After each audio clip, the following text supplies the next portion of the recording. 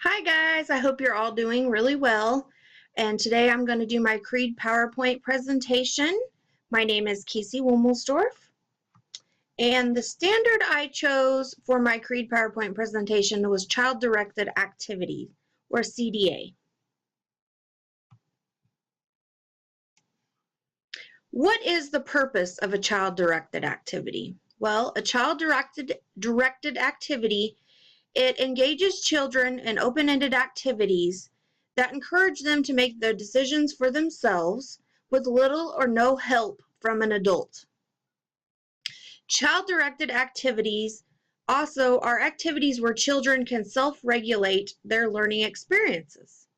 And this is really important in education, and there's more evidence we're finding that supports this.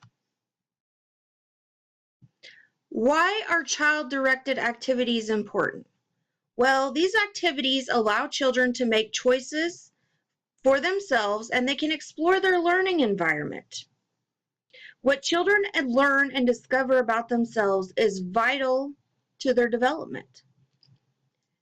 Child-directed activities also promote enthusiasm for learning, self-confidence, and creativity. In the classroom, what is the teacher's responsibility in promoting child-directed activities in the classroom? Well, teachers encourage the children to generate their own ideas. Teachers also provide choices and activities for the children to choose from. A teacher, also their responsibility during child-directed activity is to be responsive and supportive of the activities generated by the students. Teachers assist the children in generating and developing or expanding on their ideas or creations within an activity. Because you are going to have some children who are resistant to coming up with their own activities. They have a harder time with this. They want the teacher to tell them what to do. But child-directed activities are about the children choosing. So really the teacher's job is just to be there and be supportive to the children during these activities. Also, the teachers need to remember to have fun with this. Have fun with the activities and just let the children go for it. And here are a few videos that demonstrate child-directed activities. I'm only going to show you one today, but it is a great video demonstrating what child-directed activities look like within a classroom.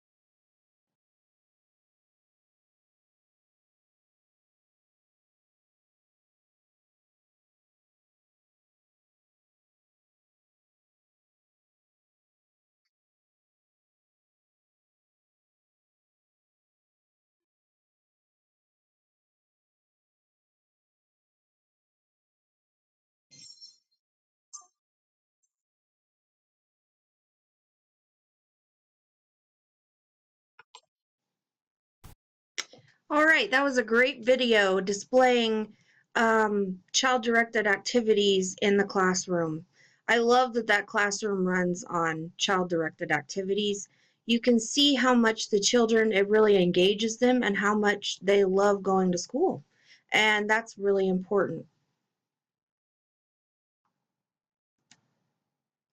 Another question is, how can I use child-directed activities in my classroom? Well, as a teacher, have the children select their own activities from a variety of learning areas that you prepare. Basically, learning centers. This is a great way to get these child-directed activities into your classroom. Make sure as a teacher that you allow each children to choose an activity he or she wants to participate in and when. And teachers can use activities such as blocks, books, measuring ingredients for cooking, woodworking, and drawing to help the children learn concepts of math, science, and social studies. We all know as future educators that there's not just one concrete way to teach a child.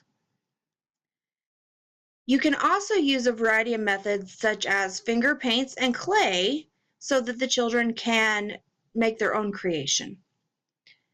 Make sure as a teacher that you ask a lot of questions and encourage the child to give you more than one correct answer. We all know this is important. There's not just one answer all the time. And also, as a teacher during CDAs, you need to use redirection, positive reinforcement, and encouragement as guidance and discipline techniques. Here are some examples of CDAs in the classroom. These are things you can do to incorporate child-directed activities into your classroom as a teacher. You can have a fine motor skills area. Basically, what this boils down to is pretty self-explanatory, but you'll have a new manipulative every week, or when they get tired of it, you can change it out. But you can use things such as Legos, Lincoln Logs, Connects, blocks, marble tracks are really great. It just keeps the kids engaged, but they'll be excited when you put out a new activity instead of just throwing out all the activities at once. Also, another great area that you can do within the classroom is an arts and crafts area. You have Play-Doh, markers, paint, glue, beads. Children love all these, and art is a great way to express their creativity. Another good idea for a CDA in the classroom is a snack area. People just think oh, you have your snacks and you hand them out. But this is a great way you can have multiple snacks to choose from. It doesn't have to be hard. Have your fruit set out, your pretzels. Make it self-serve and all they care to eat. It'll be a wonderful way for them to make choices about what they want to eat. Also, a great example of a CDA in a classroom is a dramatic or pretend play area. I've seen this in the preschool that I volunteer in. This is an awesome way to incorporate the children into the classroom. In each week, or it doesn't even have to be every week. I know the teacher I work with does it every month. She creates a new theme for the pretend play area, and you can use such things as a restaurant, a hair salon. We've had a grocery store. That went over really well. And it's just a great way for kids to get involved, and they really, really have fun with it. These are some ending thoughts that I had. I wasn't sure how to incorporate them in, so I just kind of put them at the end of the slide. Child-directed activities help develop a child's unique perspective and individual style of creative expression. This is really the whole point of child-directed activities. Also, these activities provide an excellent opportunity for teachers to integrate children with disabilities into their classroom. This can be a great way. A lot of the time, children with disabilities have a hard time in the classroom, and they have a hard time feeling welcome sometimes. This is a great way to integrate them into your classroom, and they can choose what activities they want to participate in. Also, one thing you want to be careful of is for teachers not to dominate these activities. It is really important that you let the children pick and choose their own activities. You can set the activities out for them to choose from, but just make sure it's the children's choice. And this is my favorite point out of the whole PowerPoint is child-directed activities offer an opportunity for each child to be responsible for their own learning. And this responsibility is the foundation for lifelong learning. It really is. CDAs are so important. They really do provide children the opportunity to be responsible for their own learning. So I hope you enjoyed this PowerPoint, and I hope you all have a great week. Thank you.